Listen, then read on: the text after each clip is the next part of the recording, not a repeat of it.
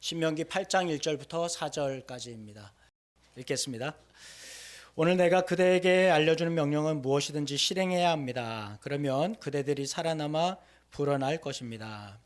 여호와께서 그대들의 조상들에게 굳게 약속하신 땅으로 들어가서 그 땅을 차지할 것입니다. 이 40년 동안 광야에서 여호와 그대의 하나님이 그대에게 걷게 하신 길을 모두 기억하도록 하십시오. 여호와께서는 그대의 자만심을 꺾으려고 그렇게 하셨습니다. 또 그대를 시험해 보아서 그대가 마음속으로 여호와의 명령을 따르는지 그렇지 않은지 알아보려고 그렇게 하셨습니다. 그대의 자만심을 꺾고 그대를 배고프게 하셨습니다. 그러고는 그대도 알지 못하고 그대의 조상들도 알지 못하던 만나를 주어 먹게 하셨습니다. 그대에게 이것을 알도록 해주시려는 것이었습니다. 사람이 빵으로만 사는 것이 아니라 여호와의 입에서 나오는 모든 말씀으로 산다는 것을요. 그대의 몸에 걸친 것이 다 닳지 않았고 그대의 발이 부르트지 않았습니다. 이 40년 동안요. 아멘. 연말입니다. 그래서 회식 자리도 많고요. 우리가 이렇게 오라고 하는 곳, 가야 할 곳도 참 많이 있습니다. 최근에 드셨던 것 중에서 맛있는 거 한번 생각해 보십시오. 저는 요즘 그런 생각이 듭니다. 이렇게 맛있는 거 먹어도 되나? 이런 생각이 듭니다. 오히려 음식점에 가면 요즘에는 음식을 못하는 곳이 없는 것 같습니다. 한국은 이제는 어느 곳을 가든 이게 음식을 좀 못한다 하면 이상할 정도로 음식을 아마 다 잘하는 것 같습니다. 먹는 것마다 너무 맛있고요. 또 먹고 싶고 또 우리 젊은 분들은 보면 그렇게 먹는 것뿐만 아니라 또 SNS에 날마다 올라오는 거 있죠. 맛있는 거, 좋은데 막 다니는 거 그런 거 있으면서 이제 은근히 또 올리는 거 있습니다. 좋은 백도 올리고 좋은 목걸이, 귀걸이 이런 게 이제 은근히 이제 그게 보이도록 이렇게 하지 않습니까? 어느 집에나 이제는 대한민국 가정에는 명품이 하나씩은 다 있다 이런 얘기를 하더라고요. 그 정도로 우리나라 많이 부유해졌습니다. 수천 년 전에 이스라엘을 보면 이스라엘 사람들이 입었던 옷들 그 옷 한 벌로 사실은 버텼죠. 단벌 신사라고 할 만큼 그렇습니다.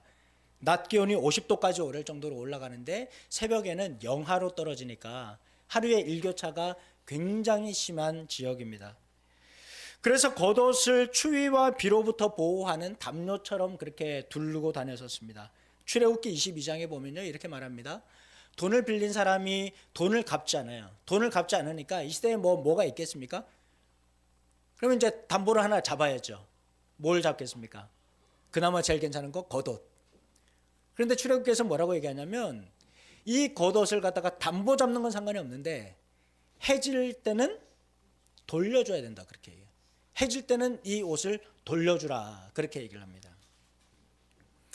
이곳 사람들에게 옷이 어떤 역할을 하는지 너무나도 잘 알 수 있는 대목이죠. 그런가 하면 성경은 이들의 주식을 꿀 섞은 과자 같은 만나와 메추라기 먹었다 이렇게 말하고 있습니다. 우리에게는 메추리라는 말이 더 익숙하죠. 하나님께서 만나와 메추라기 주시기 전까지는 이스라엘 백성들은 딱딱하고 맛없는 빵 먹었었습니다. 이집트에서 탈출하다시피 서둘러 빠져나올 때를 보면 반죽을 했는데 반죽을 한 것이 발효가 되기도 전에 반죽이 이렇게 부풀기도 전에 반죽 상태에서 굳어버린 거 그거 그대로 들쳐매고 출애굽했다 그렇게 얘기를 하거든요. 그러니까 그만큼 상황이 아주 긴박한 가운데서 나왔습니다. 부풀지도 않은 빵이 되기도 전 그 밑반죽 그거 가지고 이스라엘 백성들은 계속해서 먹었었습니다. 한 달 이상 이렇게 먹다가 나중에 하나님께서 만나와 메추라기 허락하시는데요. 이스라엘이 모세와 아론을 원망할 때 하나님께서 만나와 메추라기 주시죠. 그런데 이 만나와 메추라기 넉넉하게 주지 않잖아요. 알다시피 가족당 하루 먹을 거 주잖아요. 내일 거 어떻게 알겠습니까? 내일 거는 몰라요. 내일 거 모르는데 그냥 오늘 먹을 것만 주시는 겁니다. 우리가 많이 하는 말로 하루 벌어서 먹고 산다. 바로 이스라엘 백성들 두고 하는 말이죠. 정말 내일도 하나님 주실 것이다 라는 철저한 하나님에 대한 신뢰 또는 그게 아니면 내일은 정말 알 수 없다라는 불신 둘 중에 하나밖에 없었습니다. 사막에서 식수 있었겠습니까? 출애굽기 14장에 보면 이집트에서 나온 이스라엘 백성이 홍해가 갈라지는 기적을 체험하죠. 15장에서 모세와 미리암과 이스라엘 백성들이 솟구치고 춤추면서 하나님 살아계신다, 하나님이 역사하신다, 말과 그 탄자를 다 물에다 잠그시고 우리 이렇게 구원해 주셨다, 기뻐 찬양합니다. 15장에서 그 찬양합니다.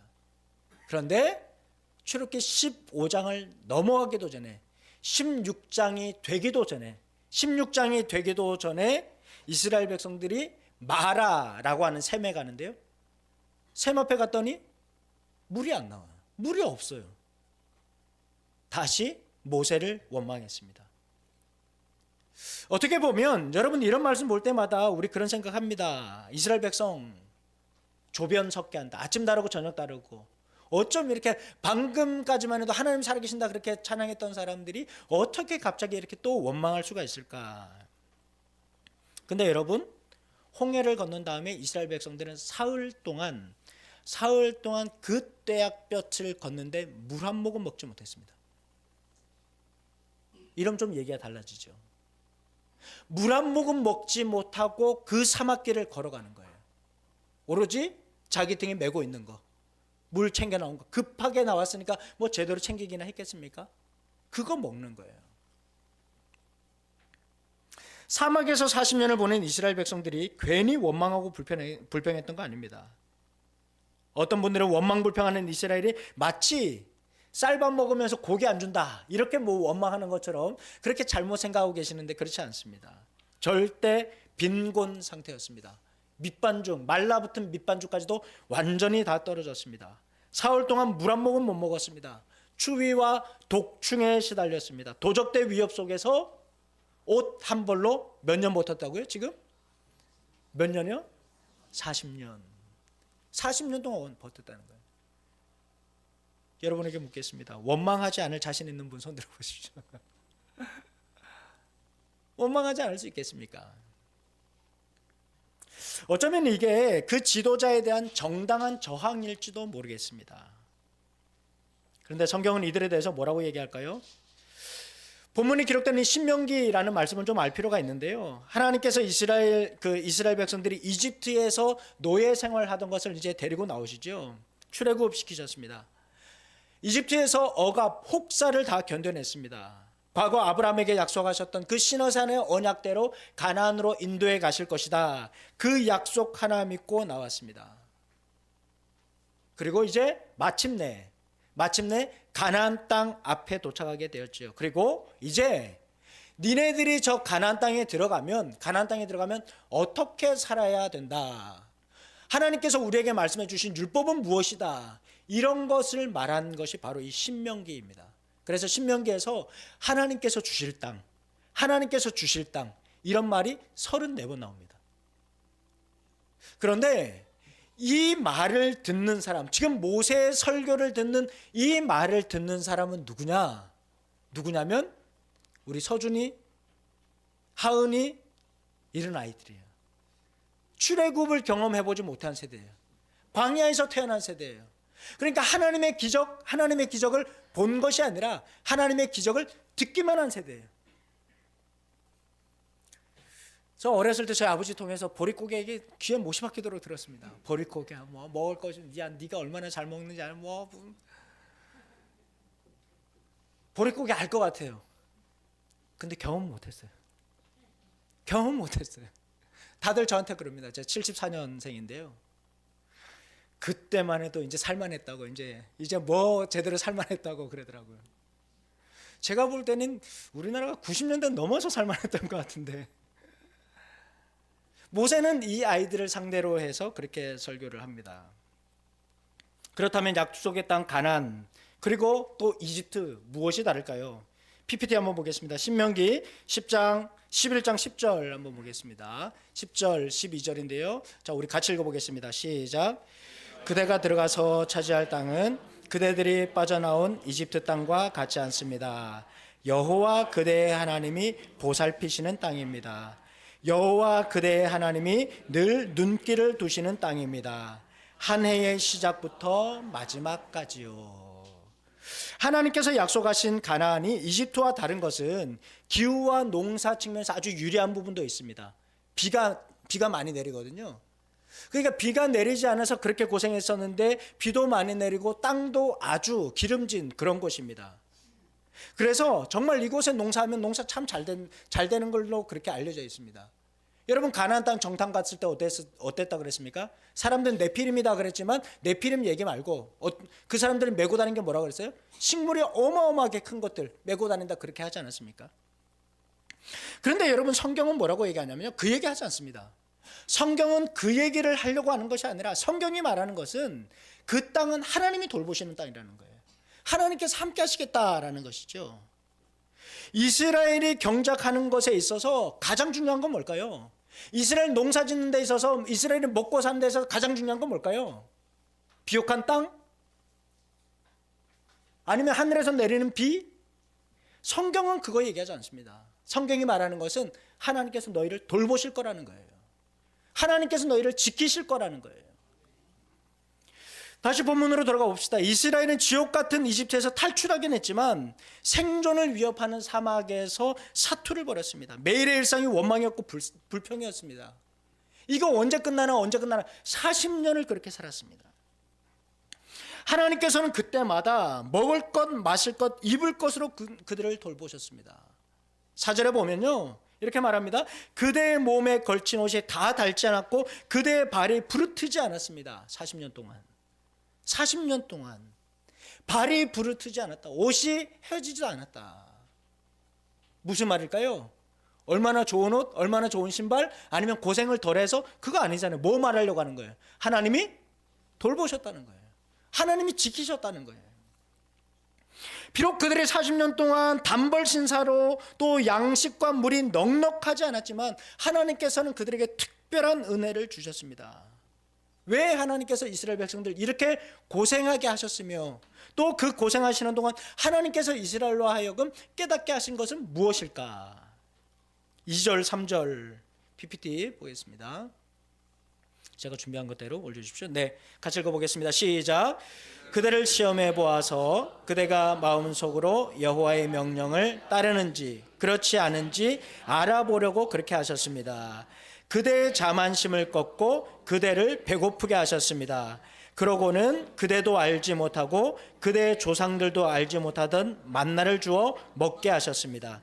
그대에게 이것을 알도록 해주시려는 것이었습니다. 사람이 빵으로만 사는 것이 아니라 여호와의 입에서 나오는 모든 말씀으로 산다는 것을요. 사람이 살아가는데 입고 먹고 마시는 것, 생존을 위해서 정말 중요합니다. 정말 중요합니다. 여러분, 옷이라는 게 단순히 좋은 옷, 비싼 옷 이거 아니잖아요. 옷을 입음으로 말미암아서 보온이 되는 거잖아요. 피부를 보호해 주기도 하잖아요. 얼마나 중요한 문제입니까? 얼마나 필요한 문제입니까?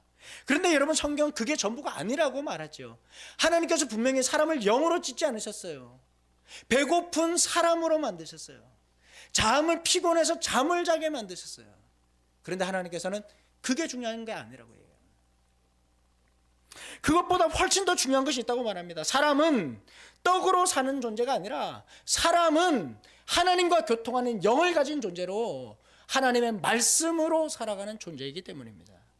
약속의 땅, 쫓겨나지 않을 땅, 이제 더 이상 비정규직이 아니라 정규직이 되는 것이고 이제는 새빵살이 하는 것이 아니라 내 집 마련해서 사는 것입니다. 얼마나 큰 은혜입니까? 얼마나 좋습니까? 얼마나 편안합니까? 그러나 그 땅에 합당한 삶, 하나님 말씀대로 살지 않는다면 그 땅은 의미가 없습니다. 결국 하나님께서 내치실 것입니다. 이스라엘 백성은 그렇게 멸망했습니다. 여러분, 올 한 해를 돌아보면 여러분 어느 땅에 사셨습니까? 어디에 더 오래 사셨습니까? 광야를 많이 걸으셨습니까? 아니면 젖과 꿀이 흐르는 땅, 등 따시고 배부른 가나안 땅에 많이 사셨습니까? 어디 사셨습니까? 힘들었던 지난 시간 떠올려 보면 이집트에서 살았을 때처럼 정말 고통이 느껴지기도 할 겁니다. 내일을 기약할 수 없이 빈손으로 하루하루 살아낸 것 보면 사막길 걸었다 이런 생각 들 수도 있지요. 다른 한편으로는 가나안에서 하나님의 다스림 속에서 나는 살았다 고백할 수도 있을 겁니다. 아마 여러분 다양한 모습으로 올 한 해 이렇게 살아오셨을 겁니다.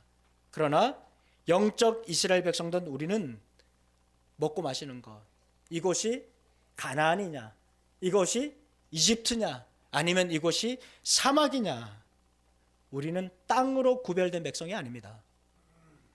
우리는 어디에 살고 있느냐, 그것으로 구별된 백성이 아닙니다. 우리는 무엇을 먹었느냐, 우리는 어떻게 잤느냐, 이것으로 구별된 백성이 아닙니다. 그리스도인은 하나님의 다스리심을 따라 살며 열방과 구별되는 백성으로 하나님의 자녀로 특별히 부름받은 사람들입니다. 오늘 설교 제목 미슐랭과 명품 이렇게 정했습니다. 만나오 메추라기와 미슐랭을 비교해 보면 미슐랭 3스타 정도 되겠습니까? 비교할 수 없죠. 이 명품 옷과 이 사람들이 40년 동안 입은 옷 얼마나 다르겠습니까? 그러나 여러분, 하나님 우리에게 말씀하시는 것은 무엇을 먹었냐, 무엇을 입었냐, 그것보다 오늘 네가 하나님 말씀으로 살고 있냐. 올 한 해 네가 하나님 말씀을 따라 살았느냐. 오늘 새벽에 우리 기도했던 것처럼 어떤 분들은 새벽기도 나오는 그 새벽 그 시간 때문에 하루를 사는 분들이 계십니다. 그게 있어야지 하루를 사는 분들이 계십니다. 어떤 분들은 말씀 한 구절 붙들고 그 말씀 없이는 안 된다 생각하는 그 절박함과 간절함을 가지고 이 자리에 계신 분도 계십니다. 하나님 살려주십시오. 하나님 말씀 한 번이면 됩니다. 하나님 도우심이면 됩니다. 그거 붙들고 사는 이들도 있습니다. 사랑하는 여러분, 하나님 나라의 가치, 부르심의 목적 잊지 않고 사시기 바랍니다. 그리고 올 한 해 우리에게 베풀어 주셨던 그 은혜 기억하며 내년도 하나님과 함께 동행하는 여러분 되시기를 주님의 이름으로 축원합니다.